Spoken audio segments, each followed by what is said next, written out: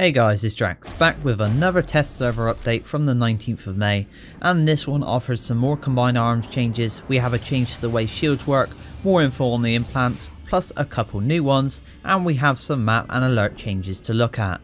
So starting at the top, the resist shield is claimed to be fixed in the notes, but maybe they were looking at the problem wrong. I believe this is a bug, as when I combined the shield with one of the new implants named Nanomesh Specialist, the shield did not show when activated and it did not recharge after taking damage either. So maybe that sheds some light on the problem and they can fix this in the future. On to vehicle changes, and the Supernova PC has had its damage boosted up to 550 from 500. The dev note reads, heat damage over time was too low compared to AP. The C-75 Viper on the Lightning has received some changes to its cone of fire. Recovery delay from 1 second to 0 and recovery rate from 1 degree per second to 2.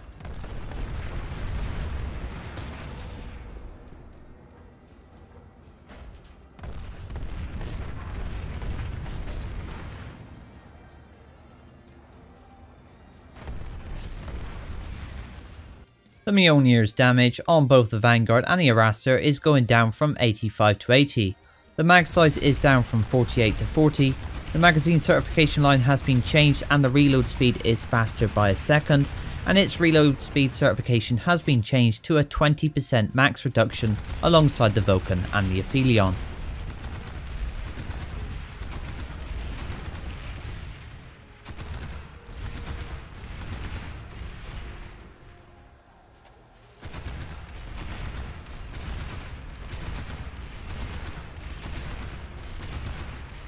Next up is the Gatekeeper for both the Prowler and the Harasser, and its animation has been updated to a new burst style. The magazine certification line has been removed and the reload certification is now more effective.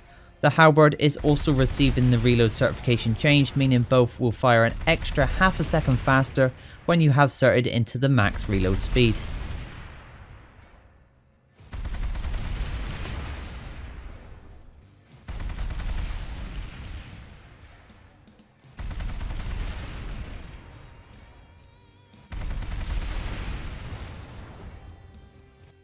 The Enforcer had its continuous reload mechanic changed previously, so its reload certification has now been matched with the Sauron, which will give it a 15% reduction at max rank.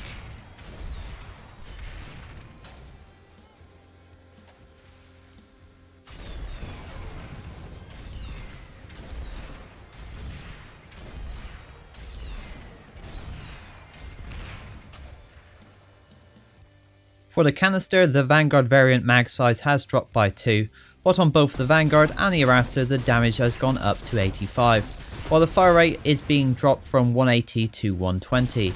The reload certification has also been improved here, giving you a 15% boost in reload speed at top rank.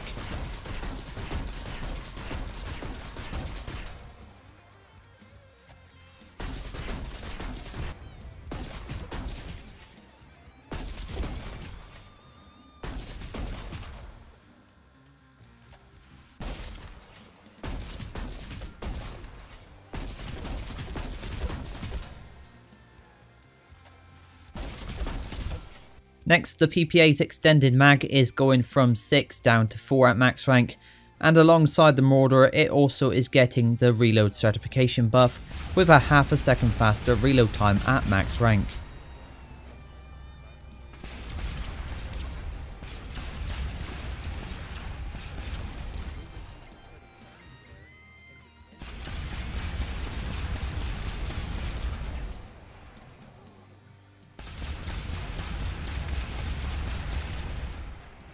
Onto an interesting one, and this concerns C4. Throwing and detonating C4 is now a smooth animation.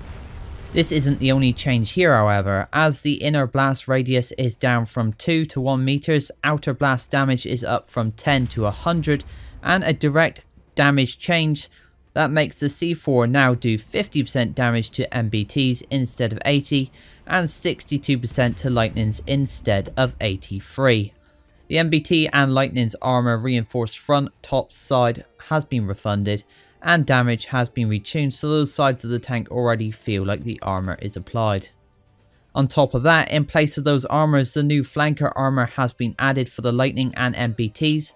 Max rank flanker armor reduces C4 damage by 10%, meaning a brick will now do 40% damage instead of 50 on an MBT.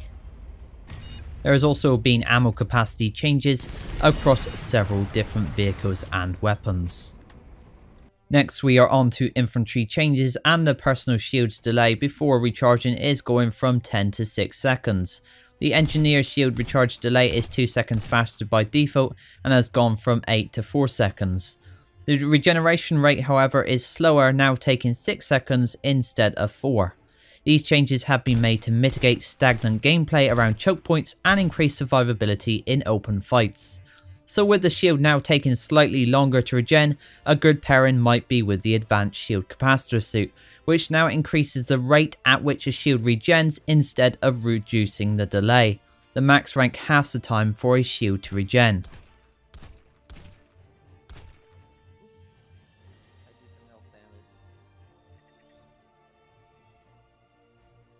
Onto that quirky little NSX weapon known as the Tengu, and this has had its animation refined and attachments are now available outside of VR, so it should be able to be used properly in the next playtest. So now we will look at the new implants. Some have already been seen in my other vids, but for the few that were not working before, here they are now. Starting with Nightmare, at max rank this implant will cloak you for 2 seconds if you get a wielded melee kill or are within 5 meters of your enemy with any weapon when you kill them. That means you can kill your enemy at close range with a gun, let's say a shotgun, and as long as you are close to other targets, maybe in a cramped room, you can chain link kills remaining in cloak while firing. Carapace is an exceptional implant which replaces your shield bar with an additional health bar. It does not work with any other implants, so they can't be stacked, but there are tactics you could employ to make this work well for you if you actually manage to unlock it.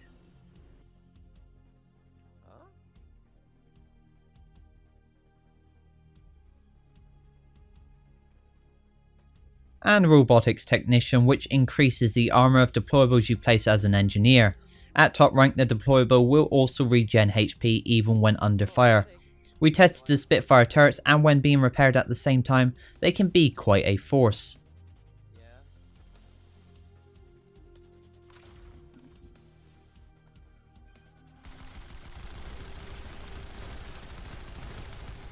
The only other implant I haven't shown before wasn't listed in the notes, but it's called Ocular Shield and is for the max suit only.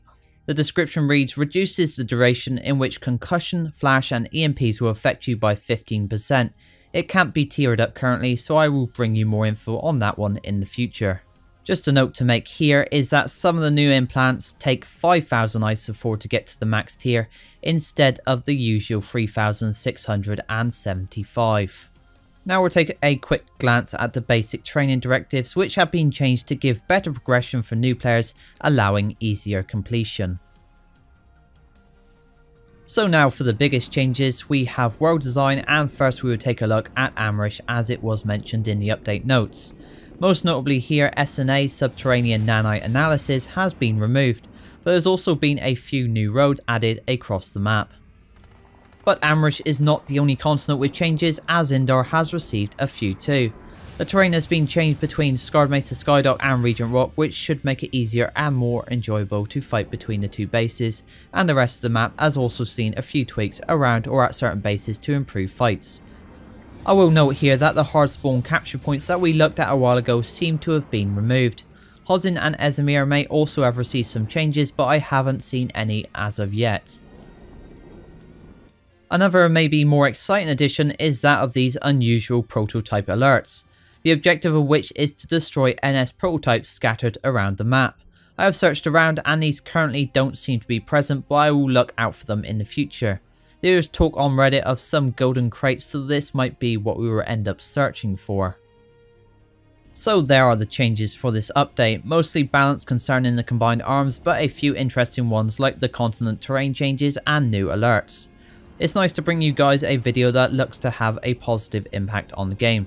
Remember, as these are on the test server, they can be changed multiple times before going live, and your feedback can help the developers. Hopefully you have found this video helpful and informative. If you did, then give it a like and don't forget to subscribe if you haven't already. Big thanks to Zine for helping me with the testing. Thank you for watching and I'll see you next time.